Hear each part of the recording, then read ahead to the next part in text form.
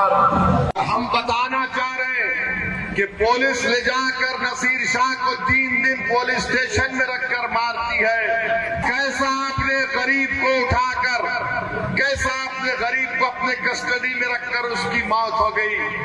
अरे आपको चाहिए था, यहाँ के डीजी साहब को चाहिए था, नीतीश कुमार को चाहिए था कि उनको सस्पेंड कर दे, उनके खिलाफ एक्शन देते। अरे मिनिमम एसडीएम की इंक्वायरी ऑर्डर कर दे, मगर नसीर शाह मर गया। कौन जिम्मेदार है किसको पता नहीं है। मैं मुबारकबाद देता हूं पुलिस वालों को जो नसीर शाह को गिरफ्तार करके लेकर गए। आप इंसाफ नहीं करे कोई बात नहीं, अल्लाह और जमीन व आसमान का खालिक कुदरत इंसाफ करेगी। आप ये कभी खामोश नहीं बैठा जा सकता इस बात पर कि गरीब को ले जाकर थाने में रख दिया गया और कोई एक्शन नहीं लिया जाता है। बहरहाल आपको अपने वोट के जरिए से बताना पड़ेगा कि आपके जान की कीमत कितनी है। आप अगर नसीर शाह के साथ हैं, आप नसीर शाह के साथ हैं, आप नसीर शाह की मौत को मौत मानते हैं, आप मानते हैं कि नसीर शाह को मारकर पीटकर उसको खत्म कर दिया गया, तो फिर आपको भारत की लोकशाही में संविधान इस बात की इजाजत देता है कि आप जब अपना वोट डालने जाएंगे तो याद रखिए नसीर शाह की बेवा आपके सामने थी, वो इंसाफ के लिए पुकार रही है। क्या तुम नसीर शाह के अफराद खानदान से इंसाफ करोगे? करोगे? कैसे करोगे? वोट डालकर करोगे या सिर्फ नारा लगाकर इंसाफ करोगे? वोट डालोगे पतंग छाप पर, वोट डालकर इंसाफ करोगे। याद रखो, भूल नहीं जाना, भूल नहीं जाना। अस्पताल में डॉक्टर है, दवाखाना सिर्फ दिखाने के लिए है, दवाखाने में कोई इंस्ट्रूमेंट है, तो दवाखाने में अगर डॉक्टर नहीं है तो आपको मतदान के दिन आपको डॉक्टर बनकर एक नाकाम विधायक का इलाज करना है। कैसे करेंगे? किस पर बटन दबाएंगे? किस पर बटन दबाएंगे? क्या यहाँ का नौजवान बेरोजगार है? यहाँ का नौजवान बेरोजगार है, बेरोजगार और गरीबी उसका मुकद्दर बन चुका। तो आपका काम यह है कि मतदान के दिन आप किसको बेरोजगार बनाएंगे? किसको बेरोजगार बनाएंगे? और रोजगार किसके लिए हासिल करेंगे? आप अपने लिए हासिल करेंगे।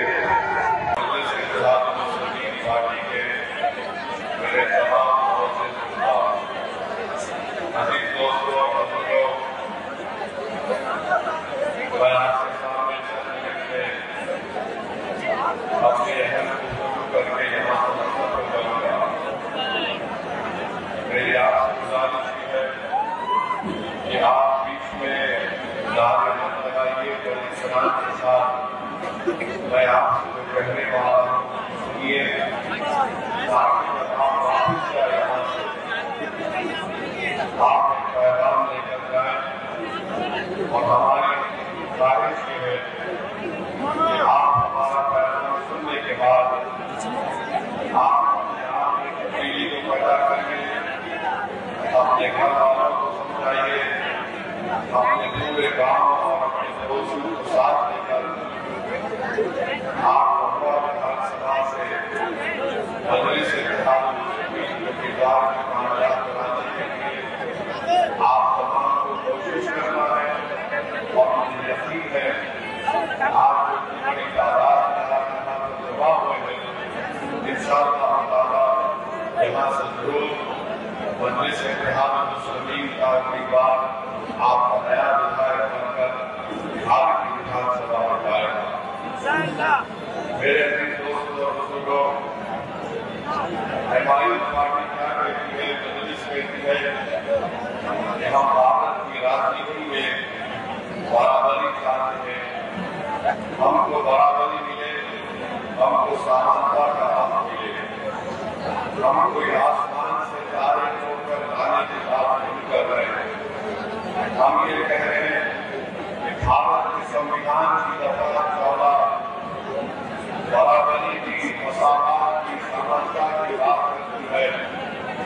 मजलिस उसको हासिल करना चाहती है।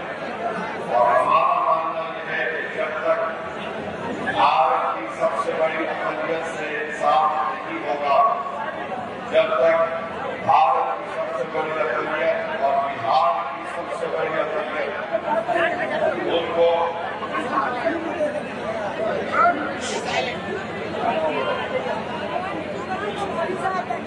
उनको अपना सियासी हक नहीं मिलेगा, हम इंसाफ नहीं कर पाएंगे।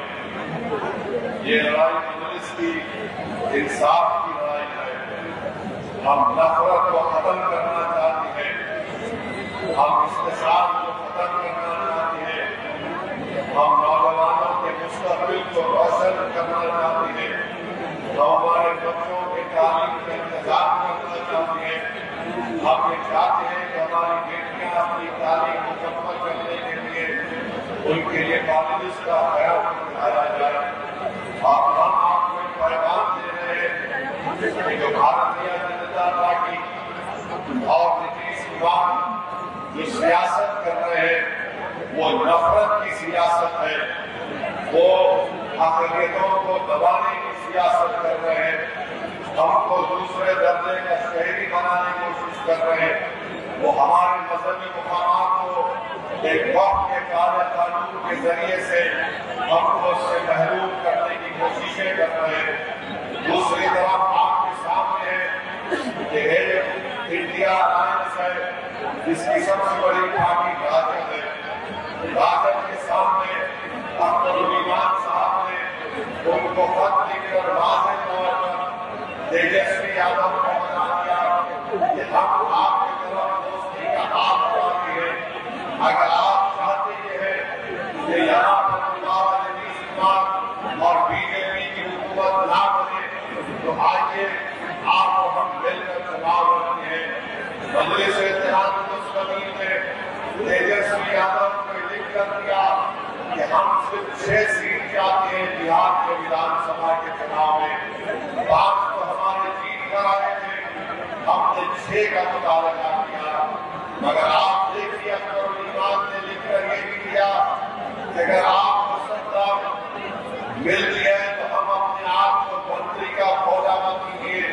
हम सिर्फ यही चाहते हैं कि बिहार में अक़लियतों से, दलितों से, मजलूमों से, पिछड़ों से इंसाफ हो सके और बिहार में आरएसएस के एजेंडे को नाकाम बनाया जाए। अब आप कुछ देख रहे हैं कि तेजस्वी यादव की तरफ से कोई बात नहीं की जाती है। फैसला आपको करना है कि क्या ओवैसी बीजेपी को रोकना चाहता है या फिर तेजस्वी बीजेपी को कामयाब करना चाहता है। ये फैसला इस विधानसभा की जनता को करना है, ये फैसला बिहार की जनता को करना है। मेरे अजीज दोस्तों और बुजुर्गों, तीसरी बात यह है कि आज आप देखते हैं कि अभी हमने सुना कि यहाँ पर 5 सितंबर के दिन मीलादुन्नबी के मौके पर जनाब नसीर शाह साहब को राजा पाकर थाने की पुलिस बेवजह उठाकर ले गई, मारपीट की गई और 3 दिन के बाद नसीर शाह की लाश थाने से आ गई। हम पूछना चाहते हैं भारत के प्रधानमंत्री मोदी से, नीतीश कुमार से, शिवराज पासवान से,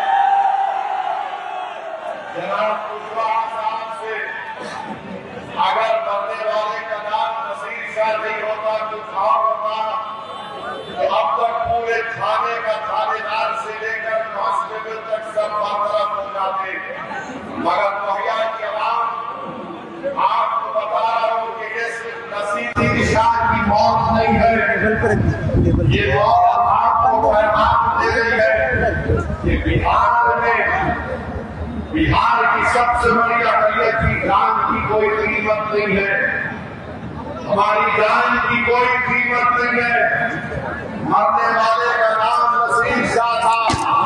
इसीलिए हम देखते हैं कि नीतीश कुमार और बीजेपी की सरकार कोई एक्शन नहीं लेती।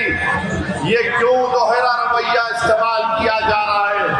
अरे इंसान है नसीर शाह, वो उसकी औलाद, उसकी बीवी बेवा हो गई जो आज हमारे साथ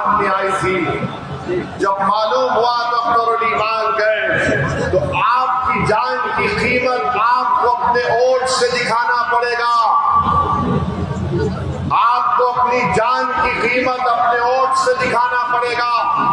अगर आप नहीं दिखाएंगे तो एक नसीर शाह आज मरा, नहीं मालूम कितने नसीर शाह मुस्तकबिल में मर जाएंगे जालिमों के जुल्म का शिकार होकर। हम बताना चाह रहे हैं कि पुलिस ले जाकर नसीर शाह को 3 दिन पुलिस स्टेशन में रखकर मारती है।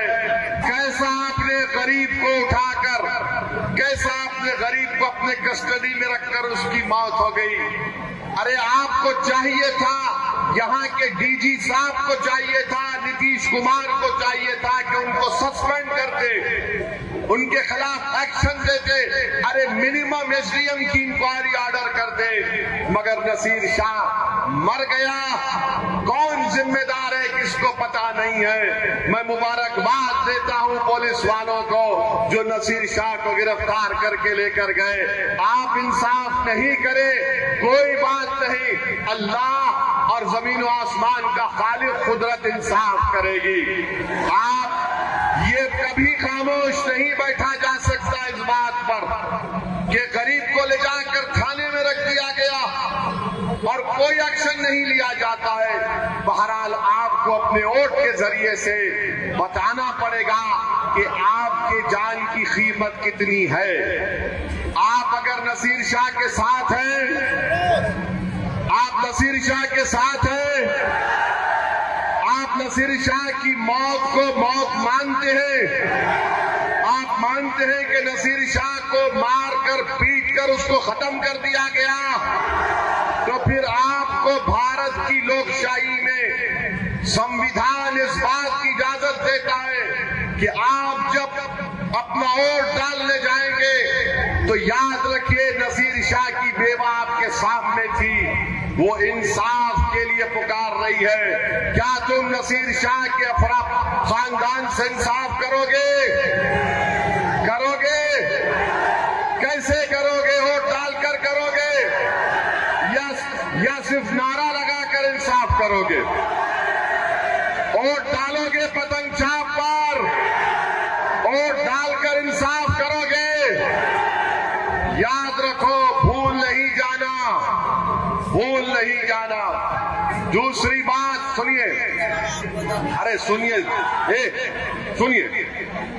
दूसरी बात यह है कि इस विधानसभा में अनुमंडल अस्पताल है, राजद का विधायक है, अस्पताल में डॉक्टर है, दवाखाना सिर्फ दिखाने के लिए है, दवाखाने में कोई इंस्ट्रूमेंट है, तो दवाखाने में अगर डॉक्टर नहीं है तो आपको मतदान के दिन आपको डॉक्टर बनकर एक नाकाम विधायक का इलाज करना है। कैसे करेंगे? किस पर बटन दबाएंगे? किस पर बटन दबाएंगे? क्या यहाँ का नौजवान बेरोजगार है? यहाँ का नौजवान बेरोजगार है, बेरोजगार और गरीबी उसका मुकद्दर बन चुका। तो आपका काम यह है कि मतदान के दिन आप किसको बेरोजगार बनाएंगे? किसको बेरोजगार बनाएंगे? और रोजगार किसके लिए हासिल करेंगे? आप अपने लिए हासिल करेंगे। क्या यहाँ का नौजवान इस विधानसभा को छोड़कर हिंदुस्तान के कोने कोने में जाता है नौकरी की तलाश में? और यहाँ का विधायक क्या करता है? तुम्हारा वोट लिया और पटना जाकर बैठ गया। यहाँ का नौजवान अपनी मुफलिसी और लाचारी और गुर्बत को दूर करने के लिए मुल्क के कोने कोने में चला जाता। तो मेरे अजीज दोस्तों और बुजुर्गों, फिर आप ये भी जानते हैं, आप ये भी जानते हैं कि यहाँ पर भ्रष्टाचार है, आवास योजना बगैर पैसे की मिलती है, पेंशन मिलता है बगैर पैसे के, तो भ्रष्टाचार का खात्मा कैसे करेंगे? कैसे करेंगे? रिश्वत का खात्मा कैसे करेंगे? जोर से बोलो। भ्रष्टाचार का खात्मा वोट से करेंगे, पतंग छाप पर बटन दबा के रिश्वत का खात्मा करेंगे। यहां पर रिश्वत आम हो चुकी, रिश्वत पैसे लिए जा रहे हैं ना सरकार की तरफ से।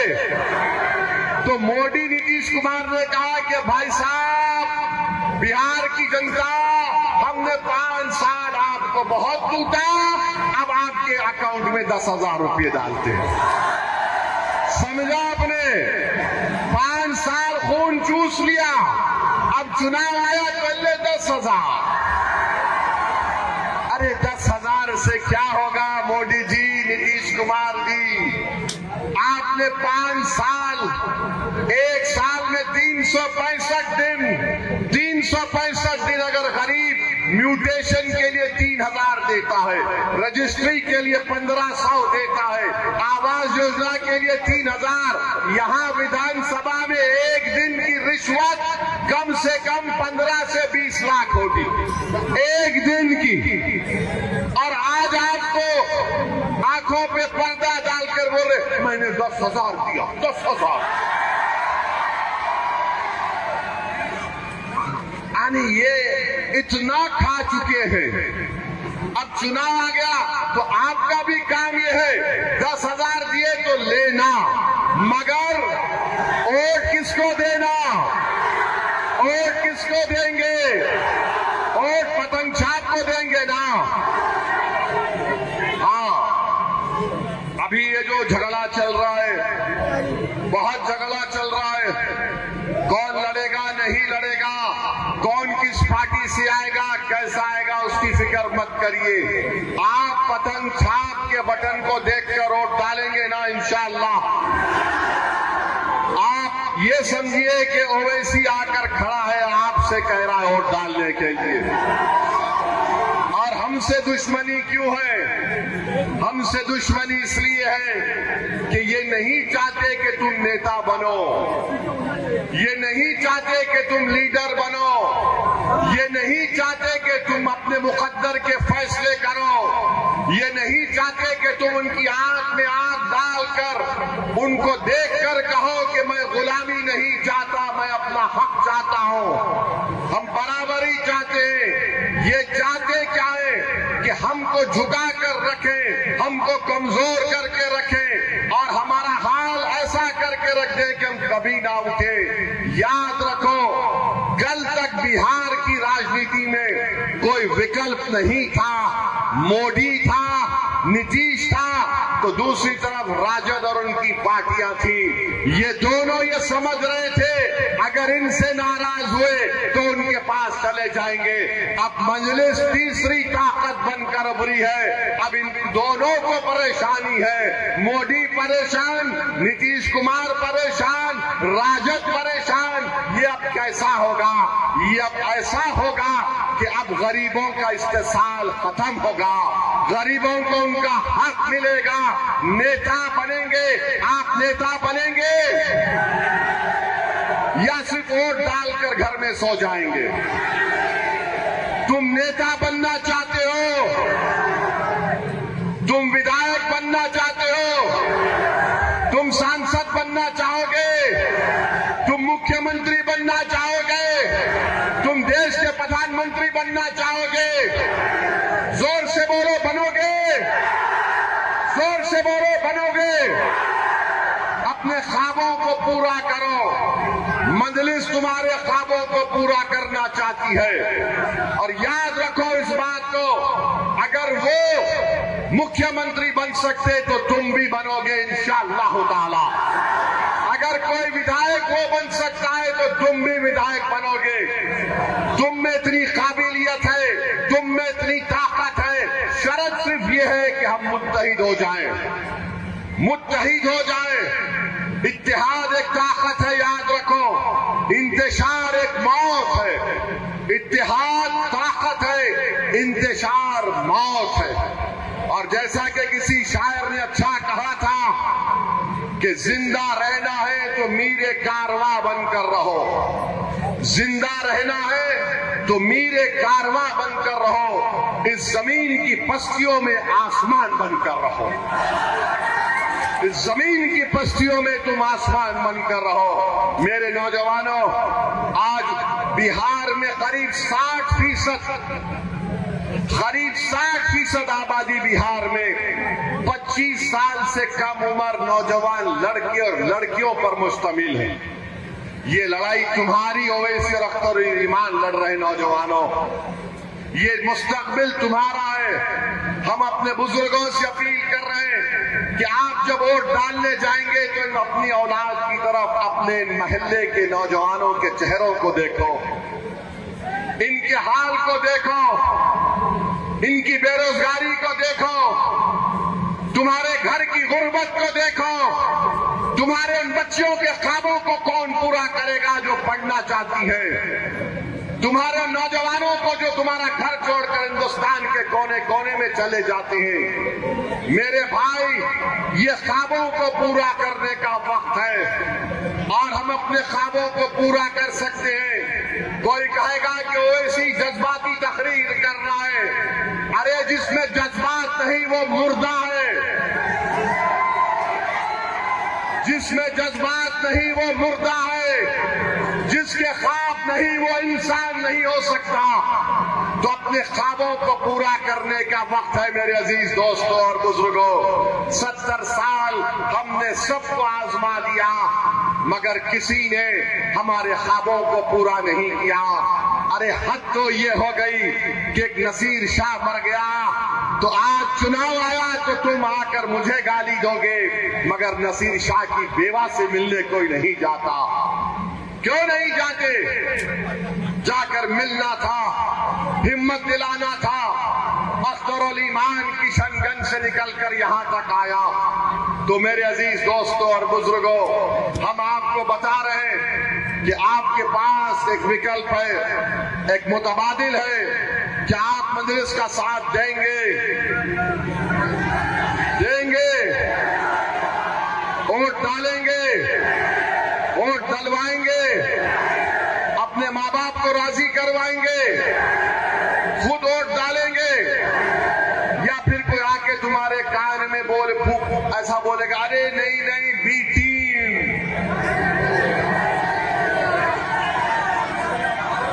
मोदी जी आके बोलेंगे, भाजपा आके बोलेगी, अरे ओवैसी राष्ट्रवाद की बात नहीं करता तो क्या करोगे?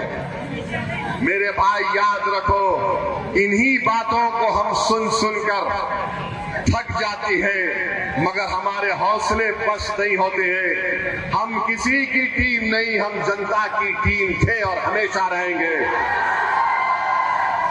बीजेपी से हमको सर्टिफिकेट नहीं चाहिए राष्ट्रवाद का, ना हमको ये नाम निहाद सेकुलर पार्टी से सर्टिफिकेट चाहिए कि हम सेकुलर हैं। अरे हम सेकुलर थे, है और रहेंगे। उनको बताना पड़ेगा जो बार बार बोलते एम वाई समीकरण, एम वाई समीकरण। अरे बताओ ये एम वाई में क्या फायदा हुआ? तुम मुख्यमंत्री बन गए, 15 साल तुम्हारे पास इख्तियार रहा, 20 साल नीतीश कुमार मुख्यमंत्री हैं। आज आपके पास एक सुनहरा मौका आया है कि आप अपने वोट का सही इस्तेमाल करें, भारत की जमहूरियत को मजबूत करिए, नाइंसाफी का खात्मा करिए, अपने मुकद्दर के फैसले खुद करिए और यही आपकी कामयाबी होगी। नौजवानों, जब तुम यहां से उठकर जाओगे ये पैगाम लेकर जाओ कि आने वाला कल तुम्हारा है, ये लड़ाई तुम्हारे मुस्तकबिल की है और हम एक ताकतवर बिहार को देखना चाहते हैं जहां पर सब लोगों से इंसाफ होगा। समानता की बात सिर्फ लफ्जी जुमला नहीं होगी बल्कि उस पर अमल होगा, बराबरी की बात होगी, हिस्सेदारी की बात होगी, अब गुलामी की बात नहीं होगी। और ये बीजेपी आकर बार बार राष्ट्रवाद की बात करते हैं। मोदी ने कहा कि आतंकवाद और पानी एक साथ नहीं बह सकता, बातचीत और आतंकवाद साथ साथ नहीं हो सकती। अब बताओ मोदी जी, आप तो पाकिस्तान से क्रिकेट मैच दुबई में खेलते हैं और कोलंबो में खेलते हैं।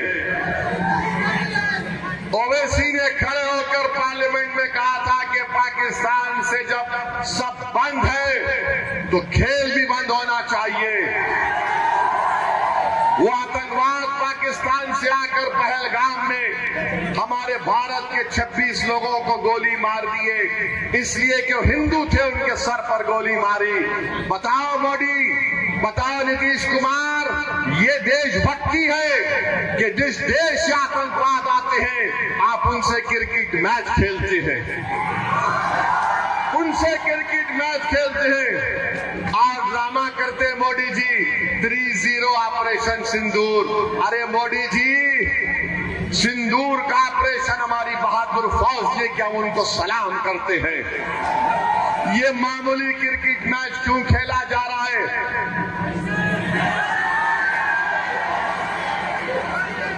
किसके लिए खेला जा रहा है? किसके लिए खेला जा रहा है? ये देशभक्ति होती है, ये देशभक्ति होती है। नहीं नहीं, ये बाइलैटरल, मल्टीलैटरल, अरे भाड़ में जाए बाइलैटरल, मल्टीलैटरल। अच्छा, ये मोदी जी 7,000 रुपये दिए। अरे जो सैलाब आता है, जमीन कटती है, कुछ इंतजाम किया नहीं। और मोदी जी बोलते यहां पर घुसपैठी घुस गए हैं। नेपाल में क्या हुआ आपको पता नहीं, बांग्लादेश में क्या हुआ आपको पता नहीं। इलेक्शन कमीशन 65 लाख नाम निकाल दिया, उसमें कोई घुसपैठी नहीं है। मोदी कहां चले गए? तो मालूम हुआ हमको बदनाम करने के लिए बात कही जाती है। बहरहाल इंशाअल्लाह चुनाव के दौरान में एक मर्तबा मैं फिर इस विधानसभा में आऊंगा और आपसे फिर से अपील करूंगा कि अपने इत्तेहाद की ताकत और कुव्वत पर मजलिस पार्टी के उम्मीदवार को कामयाब करिए। आपका बहुत बहुत शुक्रिया कि आप यहां पर आए, आपने जलसे को कामयाब किया। पतंग छाप जिंदाबाद, पतंग छाप, पतंग छाप, पतंग छाप। हमारा इत्तेहाद, हमारा इत्तेहाद, हमारा इत्तेहाद। सलाम अलैकुम।